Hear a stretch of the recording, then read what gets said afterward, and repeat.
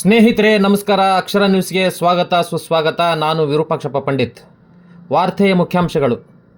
ಸಾಹಿತ್ಯ ಕಾರ್ಯಕ್ರಮದಲ್ಲಿ ಅತಿಥಿಗಳಿಗೆ ಕಾಡಿದ ಸಾವು ಬದುಕಿನ ಪ್ರಶ್ನೆ. ವಾರ್ತೆ ವಿವರವನ್ನು ನೋಡುವ ಮುನ್ನ ನಮ್ಮ ಚಾನಲ್ಗೆ ದಯವಿಟ್ಟು ಸಬ್ಸ್ಕ್ರೈಬ್ ಆಗಿ, ಮಿಸ್ ಮಾಡದೆ ಅಕ್ಷರ ನ್ಯೂಸ್ ನೋಡಿ, ಲೈಕ್ ಮಾಡಿ, ಶೇರ್ ಮಾಡಿ. ಹೊಸ ನೋಟಿಫಿಕೇಷನ್ಗಾಗಿ ಬೆಲ್ ಐಕಾನ್ ಒತ್ತಿ. ನಿಮ್ಮ ಅಭಿಪ್ರಾಯ ಅನಿಸಿಕೆಗಳನ್ನು ಕಮೆಂಟ್ ಮಾಡಿ ತಿಳಿಸಿ. ವಾರ್ತೆಯ ವಿವರ. ದಾವಣಗೆರೆಯ ಸಾಹಿತ್ಯ ಕಾರ್ಯಕ್ರಮದಲ್ಲಿ ಪಾಲ್ಗೊಂಡಿದ್ದ 3 ಜನ ಅತಿಥಿಗಳು ತಮ್ಮ ಭಾಷಣದುದ್ದಕ್ಕೂ ಬರೀ ಸಾವು ಬದುಕಿನ ಬಗ್ಗೆ ಮಾತನಾಡಿ ನೆರೆದವರಿಗೆ ಅಚ್ಚರಿ ಮೂಡಿಸಿದ್ದು ವಿಶೇಷವಾಗಿತ್ತು.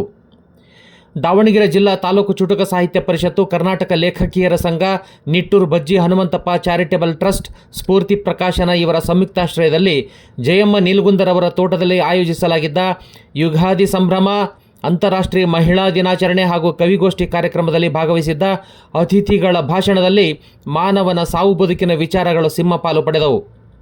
ಸಾಮಾನ್ಯರು 100 ವರ್ಷಗಳ ಕಾಲ ಬದುಕಬಹುದು, ಆದರೆ ಸಾಹಿತಿಗಳು ತಮ್ಮ ಸಾಹಿತ್ಯದ ಮೂಲಕ 300 ವರ್ಷಗಳ ಕಾಲ ಬದುಕುವ ಅವಕಾಶವಿದೆ.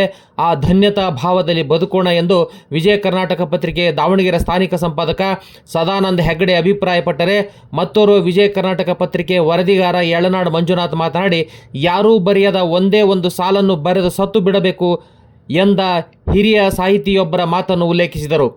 ಕವಿ ಸಿದ್ಧಲಿಂಗಯ್ಯ ಹೆಚ್ಚು ಬರೆದಿಲ್ಲ, ಆದರೆ ಅವರು ಬರೆದ ಸಾಹಿತ್ಯದಿಂದ ನಾಡಿಗೆ ಸಾಕ್ಷಿ ಪ್ರಜ್ಞೆಯಾಗಿದ್ದಾರೆ. ಬರಹಗಾರರು ಹಾಗೆ ಬರೆಯಬೇಕಿದೆ ಎಂದರು.